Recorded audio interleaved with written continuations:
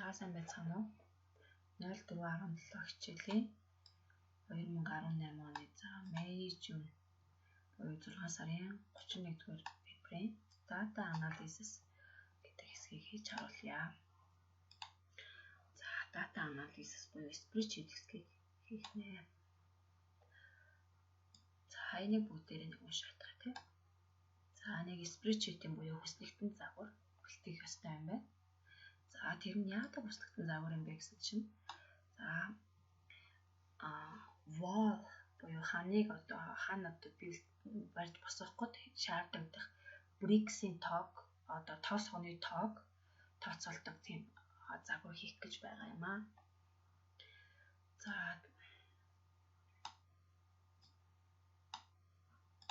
За identify гэсэн юм бол тэр тэмдгийг тодорхойлно гэж. За use spreadsheet-ийн формула дээр ашиглагддаг тэмдэг тодорхойлно.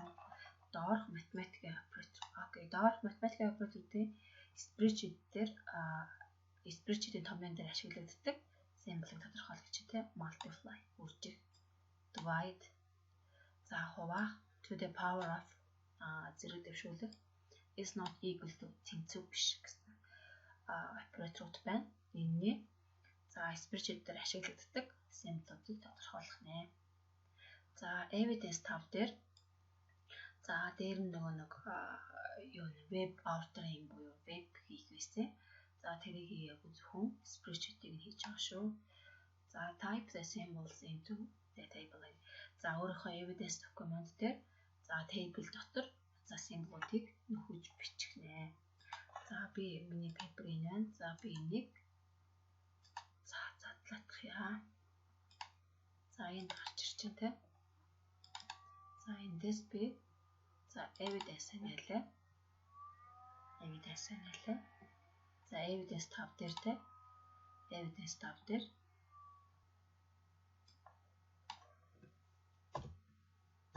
энэ odd байдаг те. Asterisk гэдэг юу вэ? Тэрс нэрлдэг те. За 5-ыг үрчэн 3 15. За дараагийнх нь divide гэсэн байсан тийм. За тэнцүү тавилаа. За slash байдаг тийм. За slash.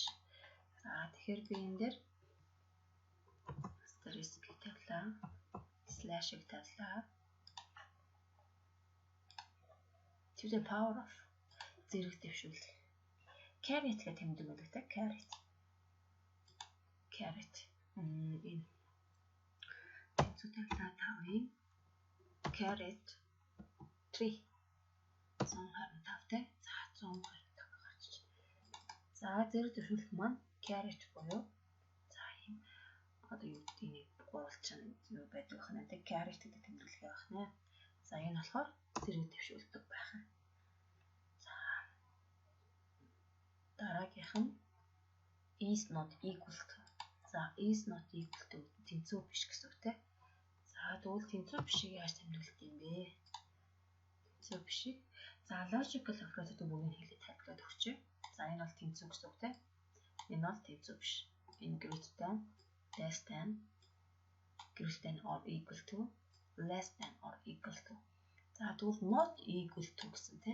За тэгвэл энэ хоёрыг бичгэнэ. Их багын тэмдгийг өөдөөс нь харуулсан те. Энэ бол not equal to гэсэн тэнцүү бишээ гэсэн үг байх гэдэг. За энийг нөхөх дуусчлаа. За evidence хадгал гинэ. За file-аас save. Тэгээд хадгалчих. За open the files. За estimator болон bricks хоёрыг spreadsheet package дээр нээгээрэй гэж.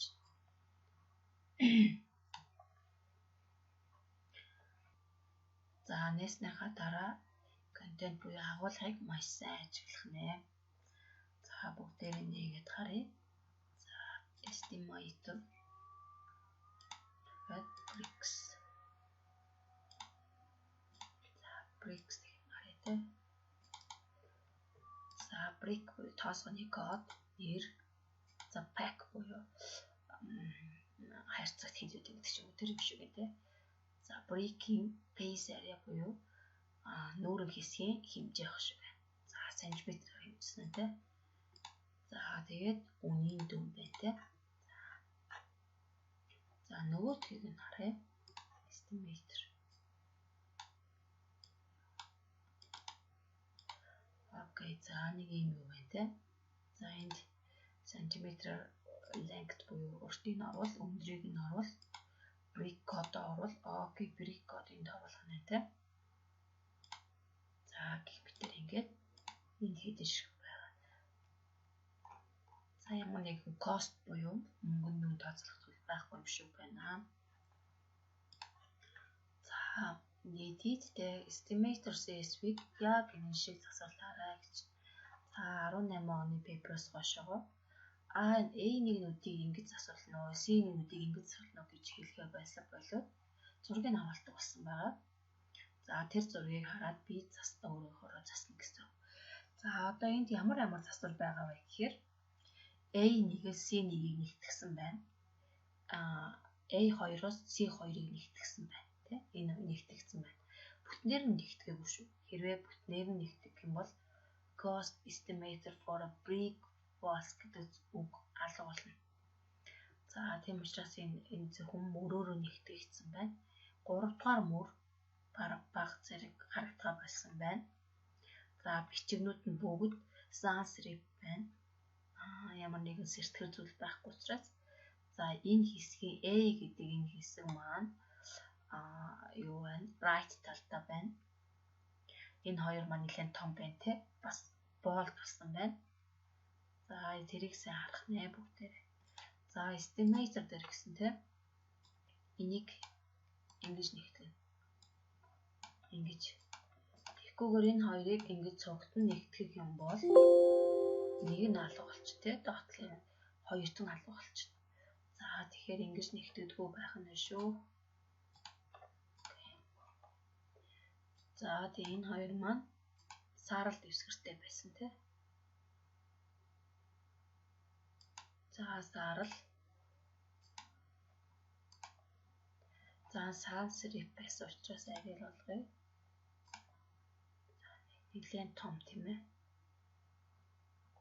За нэг 48 арай том юм. 40-оор аваад bold. За энийг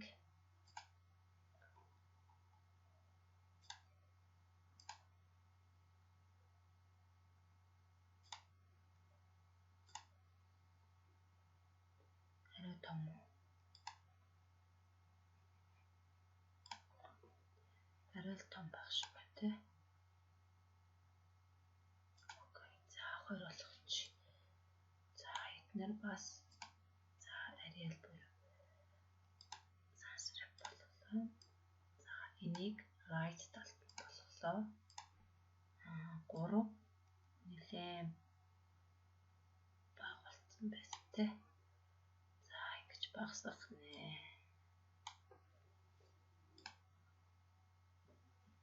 За ингэж багасгачаад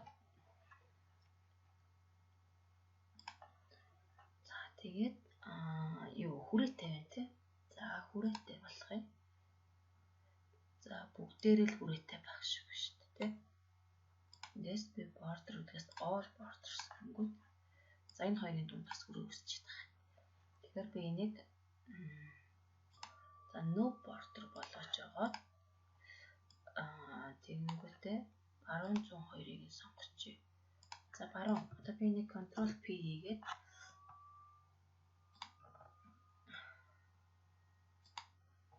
Тэнгүүт энэ баруун талтаа байгаад энэ хэсэгт байхгүй болчиход байгаа байхгүй. Тэгэхээр би дахиад эндээсээ за 100-гийн сонголоо. Тэгээд энийг сонгоод энэний доод талыг энийг сонгоод энэний дээд талыг за гэх мэтэр ингээд хүрээтэй болох нэ. За засварлалтаа бол edit буюу засварлалтаа хийгээд дуусчлаа. Одоо энийг spreadsheet-ээр хадгалаарай гэж тэ. Файлынх нь нэр нь G1831 centered number. За candidate дугаар 2-ыг оруулах нэ. За энэ estimator-ыг за файлаас save as хийгээд за За work area дотроо би хадгалж. За хамгийн гол нь Excel-ийн workbook те CSV-гээр хадгалах том юунууд маань устдаад дахиж sheet нээж болохгүй гэх мэт асуудал үүсдэг учраас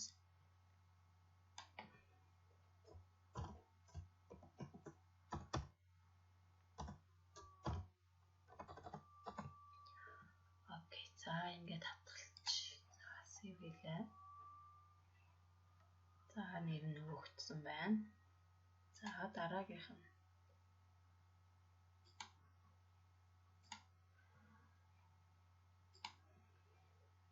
за evidence дураа дээр screenshot хий. За юу screenshot хийх гэсэн чинь за өөрийнхөө spreadsheet-ийн A1-ээс C12 хүртэлх нүдүүдийг харуулж screenshot хий гинэ. За ойлголоо тийм. Including за бас юу багтаах ёстой юм бэ гэсэн чинь row, column, headings. За мөр багны тэр heading буюу юу харуулах ёстой гинэ. За heading гэж энэ A, энэ B, энэ C гэж байгаа нь тийм эднийг хэлэх heading. За 1 2 3 эднийг хэлэх. За одоо би эндээс энэ 12 хүртэлхийг скриншот хийнэ те. За эснийг бидүүлээ нэлээ. За row болон column heading харагдана. 12 хүртэл гэсэн учраас за инглээ. За энийг копидэж авлаа. Evidence дээр очиод evidence 6 дээрээ paste хийхнэ. За ингэж гарч ирэх нь те. За дараагийнх нь за header буюу толгой хэсгийн мэдээллийн гол хэсэгт нь за place your name, center number, candidate number. За нэрээ болон төвийн дугаар, candidate дугаараа оруулна гэсэн байна те. За харагдах байдлыг өөрчиллөө. За энэ те голын хэсэг мэдээлэл. За энэ дээр би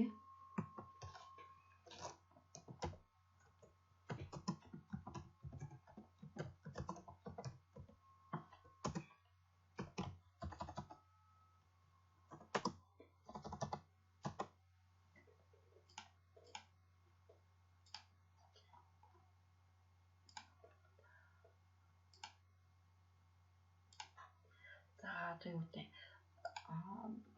уг нь бол Arial болог гэж хэлээгүй. Гэхдээ миний энэ мэдээлэлүүд маань ихэвчлэн бүгд Arial байгаас sans web байгаа учраас жоохон ижил фонттой болохгүй бол нөгөө тоон дунд үсэг гихчээ бас арай жоохон өөр харагдаад байдаг шүү. Тэрийг бодоод болж өгвөл ижил фонтоор бичиж бодоорой. За дараагийнх нь за хөлийн хэсгийн мэдээллийн баруун талд нь file fat буюу замын файл маань байршиж байгаа тэр замыг багтаагаад нэртэй нь хамт оруулах нэ тийм. За баруун талд гэсэн. За доошоо хөлөглөө. Энэ баруун тал тийм ээ. Яг чиний баруун гар чинь хаана вэ? Тэндээс явах нэ. За дизайнер ороод file fat болон file. Окей энд ингэж харагдчихэв тийм. За энийг бас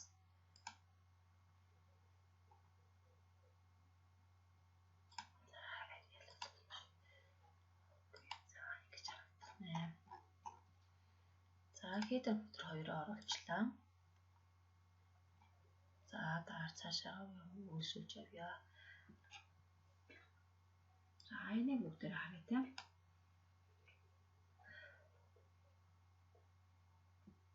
За 17-аас 20 дугаар алхмуудад за юу модель буюу загвар үүсгэх шаардлагатай одоо тэр чамд туслахаар тийм датанууд байгаа юм аа л гэж ах шиг байна те.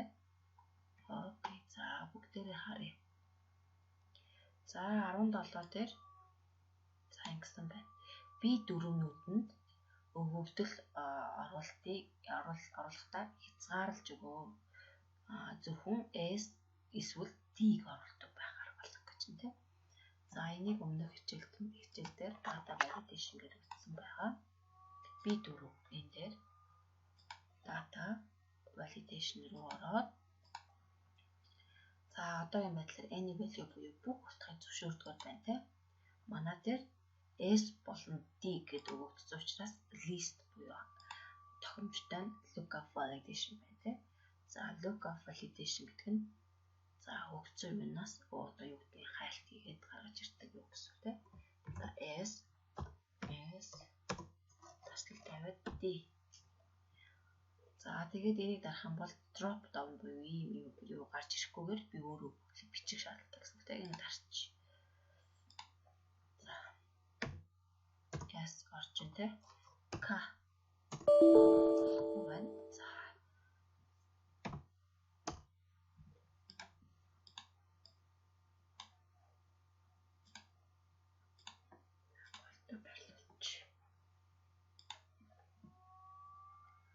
за evidence долоо дээр за screenshot яах нь вэ? За өгдөл оруулсан тэр хязгаарлалт хийсэн тэр аргын screenshot-ыг авах нэ. За тэгээд evidence дээр байрлуулах гэж байна тийм. За энэ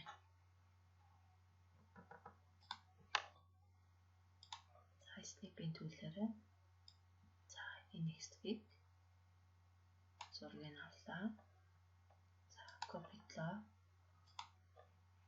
За evidence долоо дээр байрлуулах нэ. За гарч ирчих тийм. За B10 дээр томьёог бич. За ямар томьёог бичих юм бэ гэсэн харуулдаг, display харуулдаг. B4 нь S-ийг агуулж байх юм бол single, D-г агуулж байх юм бол double гэсэн үгийг одоо харуулдаг томьёог бич гэж байна тийм. За энэ томьёог бүгдээрээ бичээ. B 10 дээр гэсэн тийм.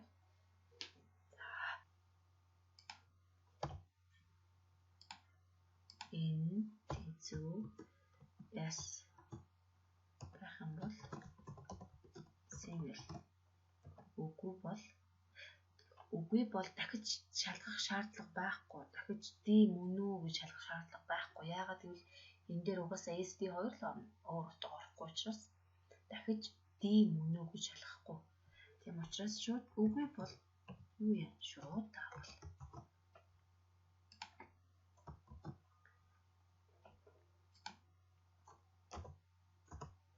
Окей. За single гэдэг үг гарч ирж байна тий. За тэгвэл нөгөө төлөвийг үзэл. Double. Окей. За болж байна. За B9 дээр B9 гэдэг нүдэнд за function бичих нэ. За яадаг function бичих юм бэ гэсэн чинь type of brick brick буюу тоосгоны төрлийн нэрийг харуулдаг. Нэрийг харуулдаг function бичих гэдэг нь тий. За тэгтээ bricks CSV-г ашиглаарай гэж. Окей. За bricks дээр юу байгаа лээ? За brick code, brick name. За эднэр байна тий. За тэгвэл энийг гаргаж ирэх гэдэг юм шиг байна эднэр. За тэгвэл хаанаас авах юм бэ гэхээр эндээс авах боломжтой тий. Value авах учраас за бүгдээрээ томьёог бичиж B9 дээр гэсэн тий. B9. За B9 дээр тэнцүү тавилаа. Value graph. За хайх утга маань юу юм бэ? Яг юу хаах гэдэг. Энд нэг юм байна ч тий. Please enter brick code. Brick code оруулна уу гэдэг. Тэгэхээр энд би код оруулсан байгаа гэж үзье. За тэгвэл энийг хаанаас хайх юм? Эндээс хойшоогоо сонгож болно л доо. За сонгохгүй ч хийж болно. За эндээс хиддэг багнад хэрэгтэй юм. 2. За яг таарах ёстой юм уу? Таарахгүй байж болох юм уу? За би яг таарах ёстой буюу exact match-ыг сонгоод тэг болголоо. За value graph-ийнхаа parenthesis-ийг хаалаа. Окей. За энэ нэг нь бол ажиллах ёстой тий. Энэ хоос учраас ажиллахгүй байх шүү байна. За тэгвэл энэ дээр бүгдээр утга оруулъя л та. Утга оруулъя. Эднийг оруулж болно шүү дээ. За G-г оруулж. G. Оо, гарч ирж шүү дээ тий. За Saxon Gold гэнэ. За. Get value graph маань ямар ч гэсэн ажиллаж байна. За ийм аюугаар италикаар бичсэн байвал энэ бол тайлбарлсан зүйл байгаа шүү. Энийг бас сайн уншаад бас гингөө. За some walls are singles гэх. За зарим ханнууд нэг давхартай single гэх нэг давхартай. Энэ нь болохоор нэг тоосгоны тэрхий юутай тик буюу зузаантай байна. Харин хүчтэй ханнууд болохоор давхар тэм хантай байна. Тэр нь болохоор хоёр тоосгоны зузаантай байна гэж. За тэгээд энэ дээр одоо calculate the number of bricks. За одоо bricks-ийн тоогийг тооцоолох гэж байна. За single scheme бол нэг давхар тэр хантай шаардлагатай тоосгоны юуг тооцоолъё. За доорх одоо following formula хэсгийн томьёог ашиглана гэж тэ. За length height хоёрын ханны одоо өндөр өргөн хоёрыг тэ үржүүлнэ гэж тэ. За тэгчээд үнийг divided by хуваан юу туах вэ? Face area of each brick. To each brick бүрийн face area тухайн гэж байгаа байхгүй. Тэгэхээр энэ гэсэн үг одоо энэ face area of a brick бүрийн гэж байгаа байхгүй. Тэгэхээр өөрөөр хэлбэл children байх юм бол энд Longville байх юм бол энэ гэсэн үг те. За тэгэхээр би энэ дээр VLOOKUP ямар ч гэсэн бичих гэдэг. Яг нь их нь ижилгэл юм байна л да. Гэхдээ энэ дээр бол VLOOKUP бичнэ л гэсэн үг. За дараагийнх нь. За харин double буюу давхар тэм ханны хоёр дахин энэ хоёрыг үржүүлээд хуваас нь хоёр дахин шаардлагатай гэж. За тэгэнгүүтээ давхар болон данж байсан хананд маань 10% илүү. За 10% илүүг бас авах нь тэ. Яагаад гэвэл will be damage буюу гэмтэх магадлалтай гэж тэ. Дахиад an extra 50 bricks. За 50 ширхэг брик бас нэмэгдэж add буюу нэмэх гэдэг тэ. Add.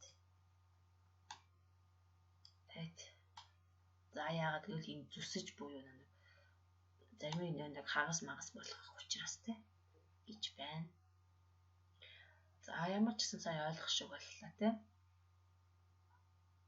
Одоо энэ дээр ингэж байна. B11 дээр томьёог нь оруулаарай. За хананд шаардлагатай brick-ийн тоог тооцоолох томьёог оруулах нэ. За тэгээ you can only buy a whole bricks. Чи заавалжгүй бүхэл brick авах ёстой шүү гэж тэ. За энийг одоо бүгдээрээ тайлбарлая. За single scheme дээр энэ хоёрыг үржээд энд хуваана. За харин double дээр энэ хоёрыг үржээд энд хуваагаад гарсан хариуг дахиад 2-оор үржинэ. За хоёулын дээр нь нэмээд 10% дахиад 50 ширхэг байсан тэ. За тэгвэл энийг ингэж бичиж болж байна. 50 дээр нэмэх нь за энэ calc гэж юу хэлж байгаа вэ? Энийг хэлж байгаа. Энэ calc-ийг оруулчих юм тэ. За тэгэнгүүтээ calc-ийг 100 хуваагаад 10-аар үржинэ. Эсвэл 50-ыг нэмэх нь 1.1-ийг үржих нь calc. За 1.1 гэдэг бол мэдээж хэрэг нэгээр үржүүлэхээр тэр тоо өөрөө гарна тэ. Тэгвэл 1.1-ээр үржүүлвэл 10% нэмэгдэнэ л гэсэн үг. 10% нэмэгдэнэ гэсэн. Хэрвээ 80% нь ол гэх юм бол T 18-аар үржих байхгүй. Тэгэхээр тэр тухайн тооны 80% нь олж байна гэсэн. За харин whole bricks буюу бүхэл тоосго яахын тулд бид нэр round гэдэг функшн ашигладаг. Round яадаг вэ гэхээр тоймолдог. За тэгээ бүхэл учраас тэгээр хоронгийн наривчлал нь тэг байна. За тэгээд энэ round down юу алгаатай юм бэ гэхээр эхний round нь болохоор яадаг вэ гэхээр бутархай нь 5-аас бага байх юм бол доошоо тоймолдог. Харин бутархай нь 5-аас их байх юм бол дээшээгээ тоймолдог.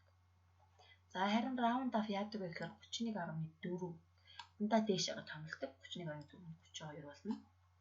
31.8 нь 32 болно. За round down яадаг вэ гэвэл доошоо томилдог. 31.4 нь 31. 31.8 байсан ч 31 болно л гэсэн. За тэгэхээр бидэд аль нь хэрэгтэй юм бэ? Бид нар мэдээж хэрэг 31.4 гээд 0.4-тэй бас хагас тоосох хэрэгтэй байхад 31-ийг авах юм.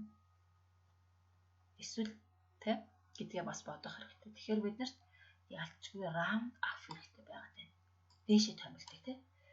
Юу гэдэг нь 31.4 хэрэгтэй байхад би 0.4-өө авахгүй үлдээчихвэл нэр дутчихна хэвчээ тэ. Тийм учраас заавалчгүй 32 болгож илүү авч яж 0.6-гаа одоо үлдээх нэ гэдэг ч юм уу гэж илүү авах ёстой юм байна. За энэ тайлбарчлаа тий бид тэгэхээр round гэхэлээ round авт бичиж round авт дээр calc буюу одоо нийт юугаа бичих нэ 50-ыг нэмэх нь 1.1-ээр үржүүлэх нь өндөр урт 2-оо үржүүлж агаад break бүрийн pace area хуваах нэ. За одоо бүгдээрээ энэ дээр бичих хэвээр B-ийн 11 дээр дахиад нэг харч. B-ийн 11 дээр томьёог нь оруул. За ханамж шаардлагатай break-ийн тоог тооцоолох. За тэгээд бүхэлд байх ёстой шүү гэж тэ. За бүр 9 онооны даалгавар байна шүү дээ тэ. За тэгэхээр эхлээд round up буюу дээшээ томилох гэж байна. За дээшээ томилох чинь шууд number гэж тэ. За нөгөө 50 энтрээ шууд нэмээ авчи 50. 50-ыг нэмлээ. 1.1-ээр үржлээ. За уучлаарай. 1.1 үржигнэ. За энэ. За тэгэнгүүтээ S байх юм бол 1 давхар штэ тий. Харин D байх юм бол 2. За тэгэхээр би энэ дээр if оруулж ирэх гэдэг. Хэрвээ S гэнэ. Энэ B4 маань тэнцүү S байх юм бол юу хийх юм бэ? Энийг бүрчгэн энэ VLOOKUP шүү дээ. VLOOKUP хайх утга маань энэ G. За table area буюу хайх хэсэг маань за эндээс хаж учраас 1 2 3 4 дөрөвтг нь авах гэдэг тийм. Тасдалтай 4 яг таарах ёстой. За VLOOKUP маань энийг үзгээд энэ хуваагаад болчлоо. Өөрөөр хэлбэл S байх үед энд нэг тоо гарч ирээд тэрийг 1.1-ээр үзүүлээд 50 нэмэх гэнэ. За тэгвэл таслалт тавингууд value if бас судлаа үед яах ёстой. Тийш шилжиж байна. 2-оор үржүүлнэ. За юг удлаа үед гэж угаасаа юу тодорхой те. Удлаа үед чинь double гэдэг тодорхой. За би шууд copy тавлаа. Угаасаа яг ижилхэн учраас. За copy-длаа. За ингээд оруулаад ирсэн те. Гэхдээ эн чинь нэг юу штэ. За энэ хэсэг рүү хараарай хүмүүстээ. Энийг бүхлээр нь учраас за энд заавалчгүй хаалт нэг шаардлагатай. За энэ VLOOKUP-ийн хаалт байна. Энэ юуны 2-оор үржсэний хаалт байна. За if-ийн хаалт явуулаа. If энд явж шүү те. If-ийн энэ хаалт. Одоо хойноос нь 1.1-ээр үржүүлсэний хаалтыг бас хаахгүй болохгүй. Вау. За тэгсэн чинь энд нэг round авах гарч ирж байна. Ямар ч их хаалт авч та те. Тасдал тавлаа. Нөгөө нэг наам дижит буюу тоог одоо нэг хідээр томилох юм. Тэгэхээр бүхлээр томилох. За round авахын хаалт тавьтлаа. За enter дарлаа 50. Энэ яагаад 50 гарсан гэхээр энэ тиг тийм ээ. Тигийг 1.1-ээр үрдсэн ш тэгэл гарна. За тийм учраас зүгээр энгийн 50 ширхэг 50-ыг нэмж байгаа учраас 50 гарч ирж байна. За тэгвэл одоо бүгдээр энд турш үзье те. За 100 см буюу 1 м-ийн урттай хаана барих үзье те. За давхар. За тэгээд G гэдэг үгтэй байгаа. За үзэтгээ. Тэнцүү тавилаа. 100 хурчин 100.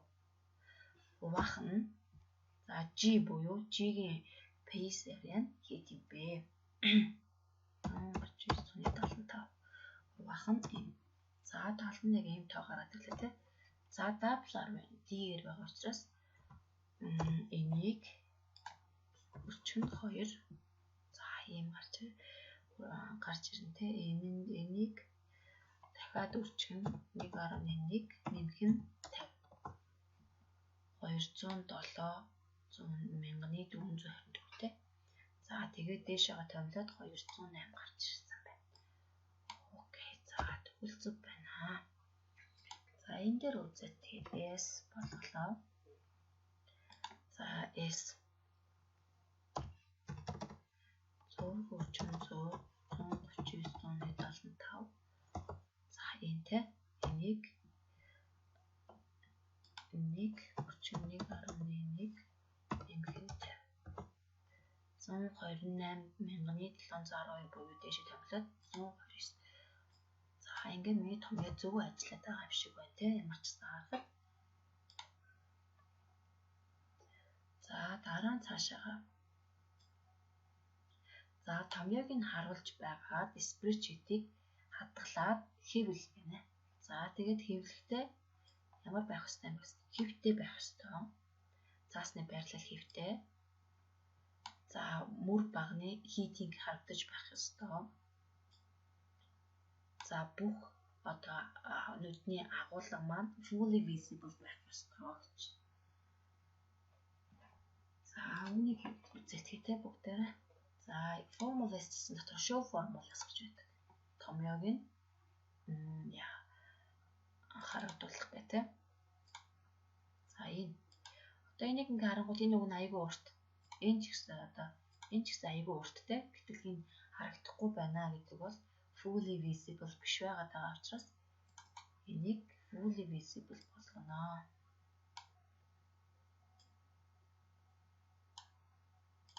За тэгээд page layout-аас orientation landscape болголоо. За ингээд Ctrl P буюу хэвлэх юугаа харангуут нэгдүгээр утсан энэ те 2.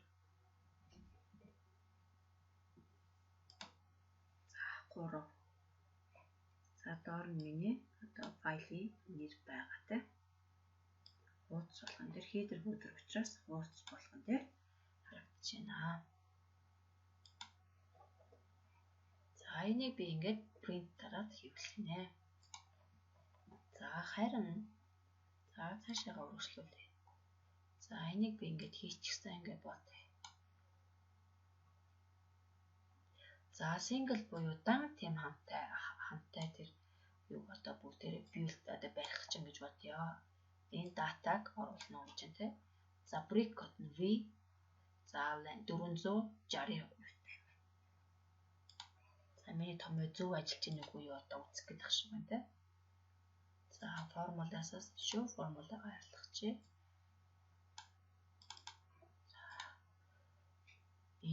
Энэ болохоор V байсан. Энэ 400 болон 60 байсан. За тэгээ single байсан те. Single нь болж байна. Хой. За энийг ингээд эднэрийг оруулчлаа. За нөгөө сая бол формулагийг нь харуулж томьёог нь харуулж хийсэн бол энэ утгыг нь харуулад хэвлэнэ. За утгыг нь харуулж яагаад нэг хуудсан багтаа бүгд бас fully visible байх хэрэгтэй. Fully visible гэхээр одоо жишээлбэл энэ value stone ингэж харагдах болохгүй шүү. Бүгд харагдах ёстой шүү гэж байна. За дахиад Ctrl P даглаа. За энэ хэвтэй байна те. За хэвтэй байсан ч яг босоо ямар нэг юм зааж өгөөг юм чинь. За би ингээ босоо болгож яваад энийг Ctrl P гээд print дараад хэвлэхнэ. Энэ бол миний print out 2 байна. За дараагийнх нь болчлоо. За өөрчлөл гэнэ цагийн загварыг өөрчил. За тэгэхдээ яаж өөрчлөх вэ гэсэн чинь wall is a double scheme. Буюу давхар.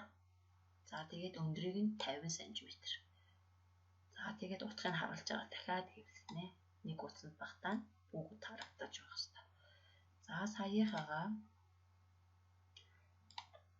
энийг D буюу double болголоо. HD-г нь 50 болголоо. Ингэсэн байсан цаавдах юм. Double 50 те. За тэгмүүдээ шууд хэвлэлч. За ийм гарчин те. Дахиад Ctrl B-гээ даллаа. Print дараад хэвлэнэ гэсэн. За цаашаага. За ингэж болчлоо те. Энийг ингэж хэвлэлчлээ. За save and print your evidence document гэж. За хадгалаа. Print evidence document-ийг бас хэвлээрэй гэнэ. За миний evidence document дутуу байгаа. За яг гоо бүрэн болгож яваад би дараа нь хэвлэлчих болно.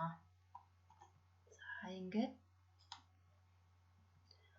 18 оны 131 дугаар пейперийн data analysis хэсгийг хийж харууллаа.